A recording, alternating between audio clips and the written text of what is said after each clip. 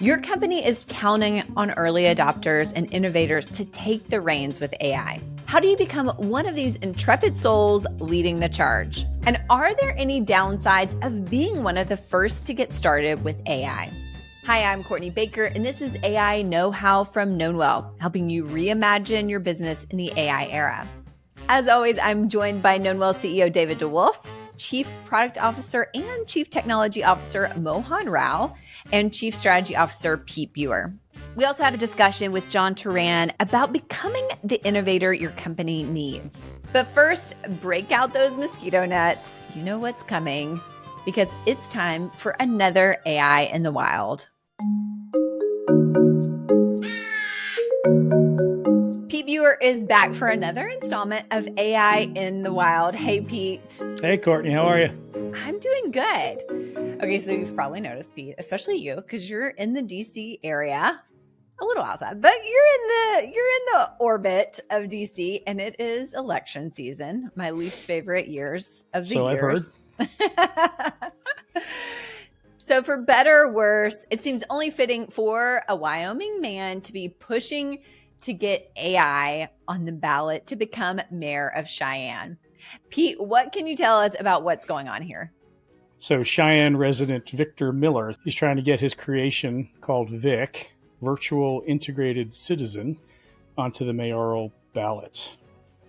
The question that sits at the center, could AI actually do the job of making good, fair decisions about complex challenges involving people? A recent Pew Research Center study tells us that while 28% of Americans say no and 41% are unsure, fully 30% of Americans do believe AI can be designed to consistently make fair decisions in complex situations. In other news, another recent Pew study gives us insight into our trust for politicians to do the same.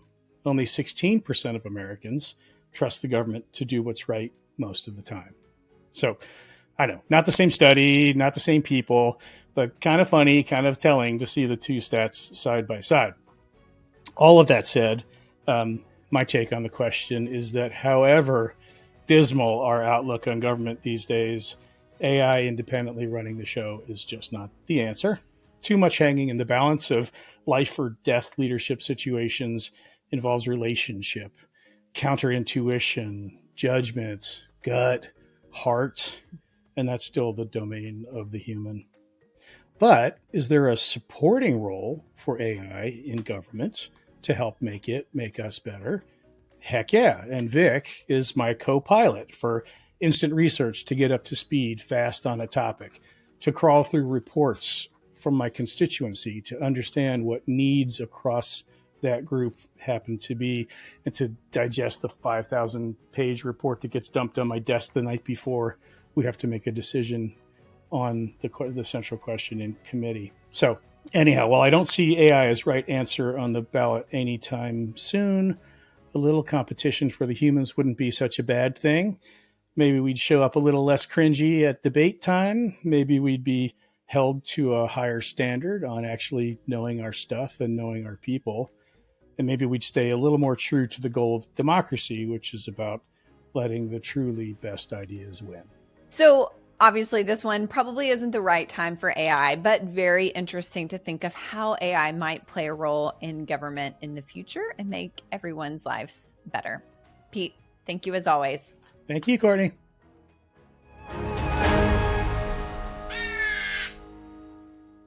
We've talked on previous episodes about identifying those early adopters of AI in your organization and elevating and empowering them.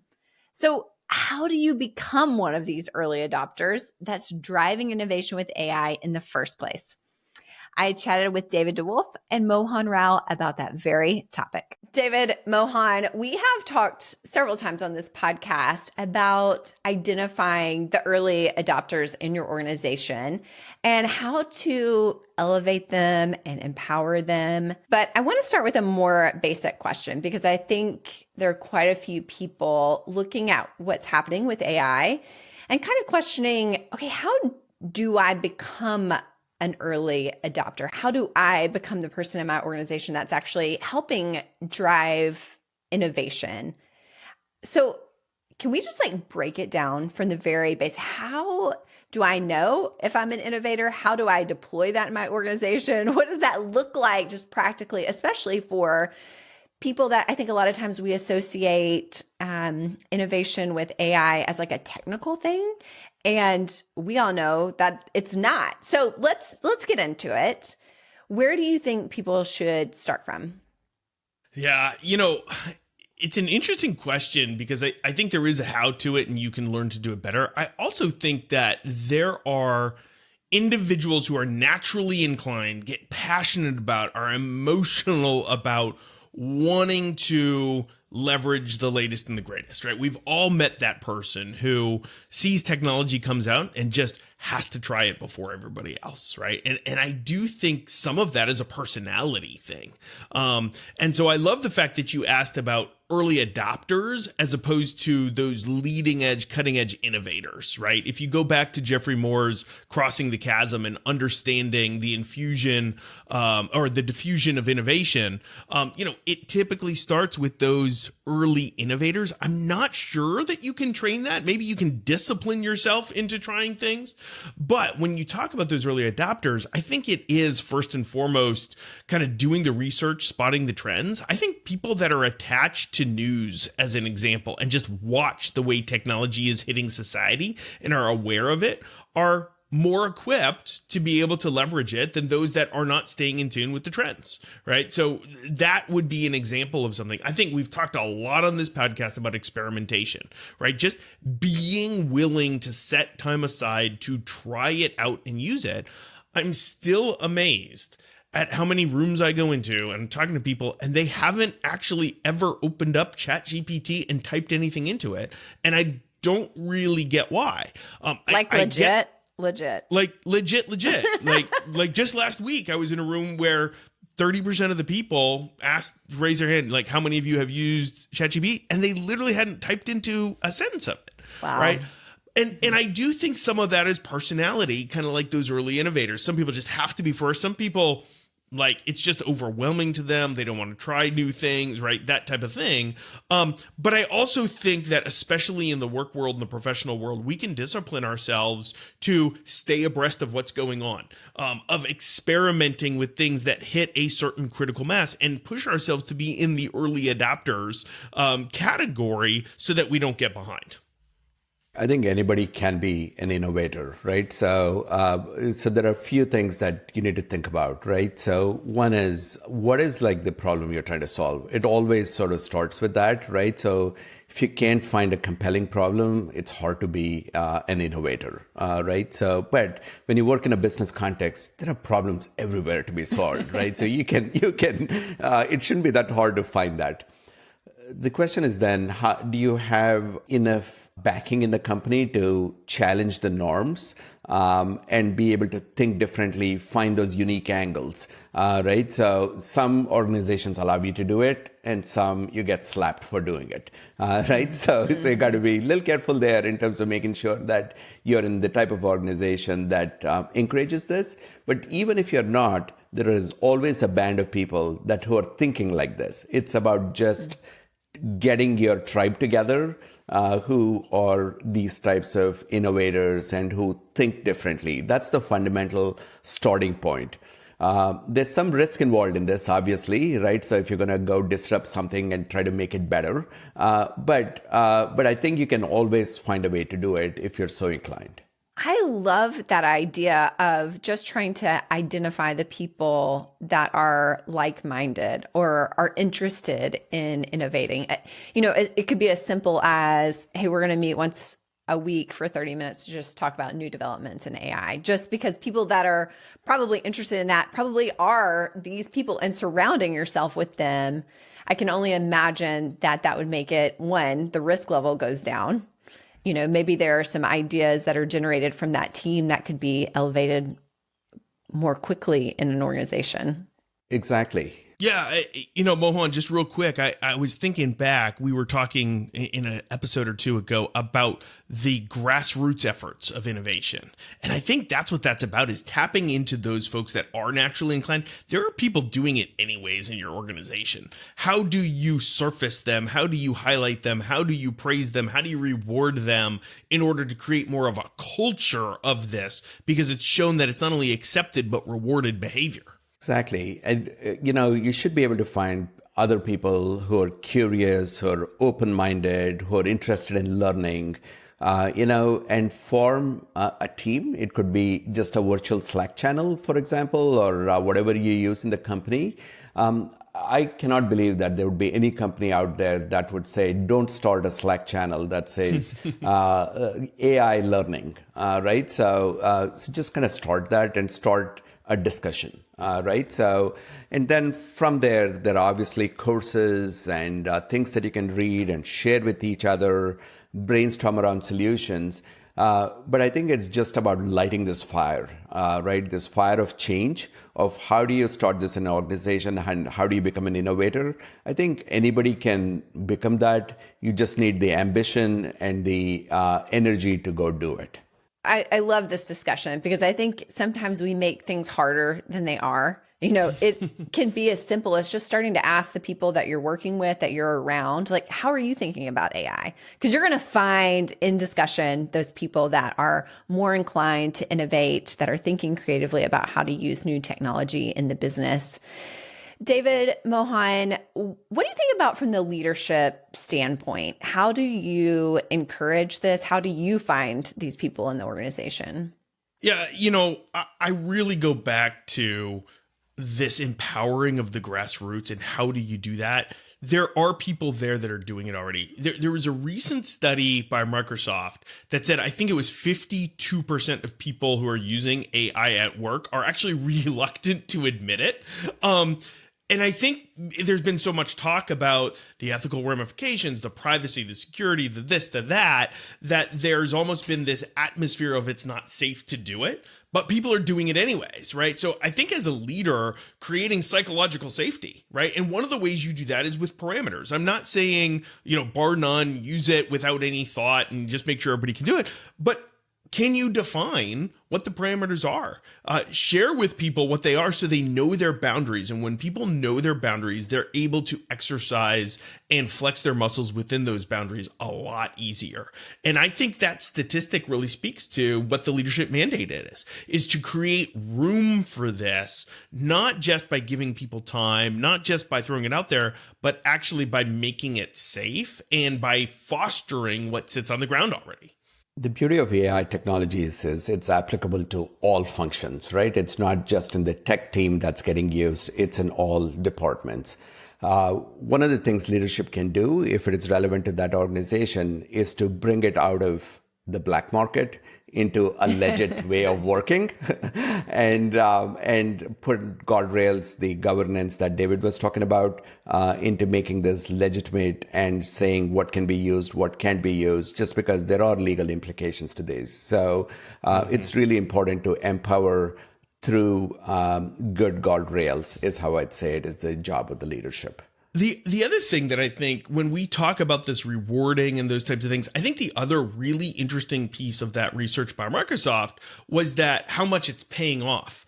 The users that were using AI, whether they were doing it in the black market or the white market, reported all sorts of increases to not only the time they saved, but their ability to focus on important work, their ability to be more creative. And ultimately, I've seen multiple surveys, including this one, that report like employee engagement is going through the roof. Like this is actually good for employees. And there's such a talk track about what is it going to do to jobs and all those types of things, which may have merit in itself. But I think it's overshadowed in a lot of ways that this is actually increasing people's fulfillment at work because they're able to delegate things that they're not good at or they don't enjoy doing to spend more on the complex, hard, creative, fulfilling work that they love to do. David, Mohan, you two, both innovators, thank you for your words of wisdom. I don't know what else to say. I'm surprised you haven't made a comment about Mohan not wearing his uniform. I mean, where's his known well quarter zip that we all agreed to show up on? After our last episode, I went all in on also dressing like Steve Jobs. So I wear it on the inside. I don't need a shirt. always the innovator. David, Mohan, thank you. Thanks. If you want to be an innovator, an early adopter, it helps to have the right tools in hand. Fortunately, we've got you covered. We're revolutionizing client retention and client growth with our AI-driven platform. We'd love for you to check it out right now at knownwell.com.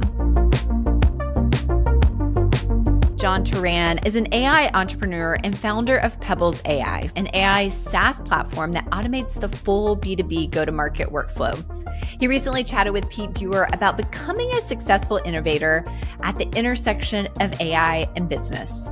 John, welcome. So great to have you on AI Know-How. Thanks for being here. Hi, Pete. How are you?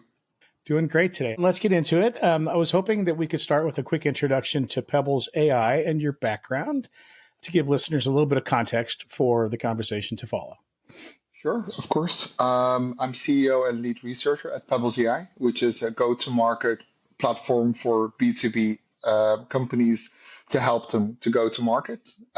It's a SaaS platform with our own AI that is dedicated for each individual company that signs up. My background is in marketing and strategy and in science-led go-to-market principles. And with that, I mean persuasion sciences, communication sciences, corporate strategies. I worked for the big tech at Google, Cisco, and Walmart Holding in different fields of marketing.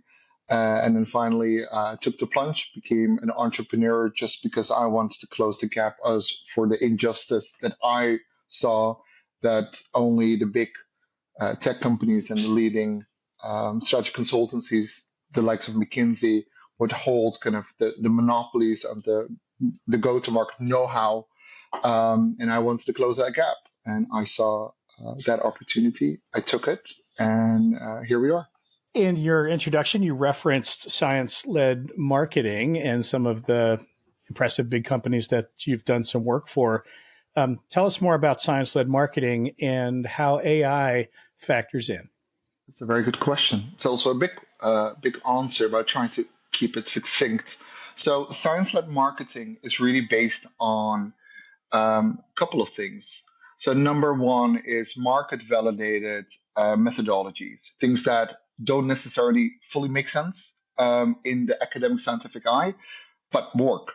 As you know, science is ever evolving. So if we haven't have an answer for why this happens, doesn't mean that it doesn't exist. It does. So if it's market tested and it works, then that is for us, it qualifies as science-led. And number two is obviously the academic sciences, the persuasion science, the communication sciences, how does our brain work? So for example, persuasion science is a great way to understand how to convince people to do a certain action that you want them to do. So for either review a proposal or reply to an email or sign a service agreement. And finally, of course, data is very important. So, good old quantitative and qualitative data analysis and really translating insight, essentially telling stories from numbers. Those are the three main pillars that essentially develops into science-led go-to-market. And given that the topic of the podcast is AI and helping leaders get to a place of comfort with AI, is AI an enabler, an accelerator, a technology and methodology to help scale science-led marketing? It's more the transformation. It's a good question, by the way. I think it was important for us to digitalize essentially what we were doing with my previous consultancy. We couldn't scale ourselves, and the AI allows us to essentially download our proprietary marketing strategy models and our persuasion sciences. And we're a SaaS platform first, a bit like Figma and Slack, but we have built AI agents that are what we call GTM, have the GTM knowledge and the rules-based systems that are otherwise monopolized by these big companies to for people to use, for companies to use, essentially. So, yes, it's accelerated. Of course, it's more efficient. It's much faster. It's more. The efficacy is way higher. Um, there are underlying principles that make sure that your success rate is higher, the risk is lower. But ultimately, what it really does is it allows SMEs, channel partners, even larger corporations to have a real fighting chance that can't afford $500,000 to McKinsey, another $500,000 a quarter to execute on that strategy, as it may. Awesome. That's beautiful. As it turns out, we tend to have a number of marketing executives who attend the podcast, and some of our early customers are marketing companies. When you think about the occasion of AI and its impact in marketing, what are the other, beyond what we're talking about now, what are the other big opportunities that marketing leaders should be thinking about? When you come on Pebbles AI, there's an onboarding process first off. So you do have to train your AI. Like, I mean, that's the only thing we can't do. Like, it needs the organizational intelligence context of your organization. There is a golden circle scientific onboarding principle where we ask very specific questions. We ask about the company, the approach, the processes, and also about the products and services, the what essentially, and then who they serve. That initially enables the AI agents to be trained at a bachelor level. And then the more you use the product, the more actually they get to a PhD level, essentially, to understand more about your company and then the wider context of your company in the wider world. And they will have different apps within that platform where they can choose, like, okay, tick, I need a marketing strategy. Tick, I need now a marketing campaign. Tick, I need an upsell campaign. Tick, I need a cross-sell campaign. Tick, I need a B2B proposal for this client. Tick, I need to generate a pest analysis because I don't know whether or not I want to go into the German market. So, hey, intelligence, which is a typical senior analyst at McKinsey, question: should we go into the German market? And if yes, why? Give us a pest analysis, whether or not we should, spend our time on that. All of these things and much more you'll be able to do on that platform. That's awesome. We love hearing stories of kind of AI in the wild, what it looks like in real life. So thank you. Elsewhere in this episode, there's a roundtable discussion about how leaders can become sort of early adopters, innovators in their organizations to bring on, for instance, technologies and applications like we're talking about.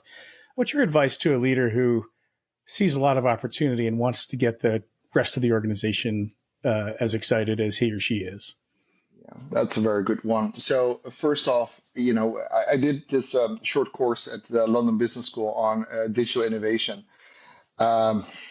I'll spare them my criticism, but the one thing I did learn a lot was that it's the reason that it's hard. It's just very human. It's just people find it fearful and scary to put their necks out for new things because they're scared to get fired or demoted or lose political capital, whatever the reason may be. So I think if you have someone courageous that wants to push the agenda forward of AI, I think the first thing you need to look at is practicality. It's very important. How practical is it?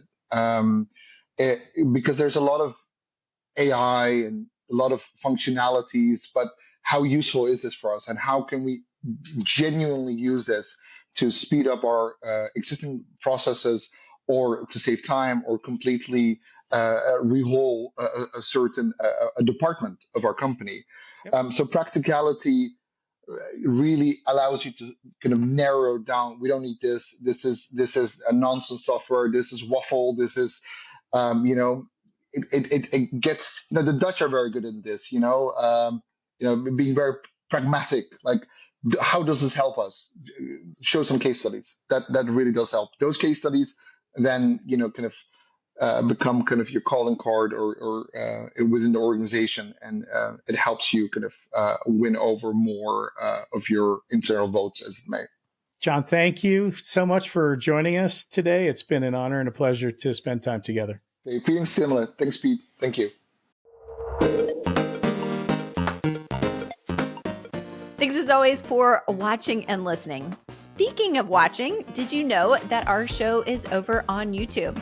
So what's better than just listening to the show? Listening and watching. So make sure to check it out on YouTube. Each week, we get one of the LLMs to weigh in on the topic at hand. So today, Claude, welcome to the show. Would love to hear what you think about how you can become an AI early adopter in your company. Hey there, great to be on the show. Becoming an AI early adopter in your company is all about staying curious and taking initiative. Start small by experimenting with AI tools in your daily work. Then share your successes to build momentum and look for bigger opportunities to integrate AI into key business processes. Now you're in the know. Thanks as always for listening. We'll see you next week with more AI applications, discussions, and experts. Hey, if you made it this far in the episode, first of all, thank you.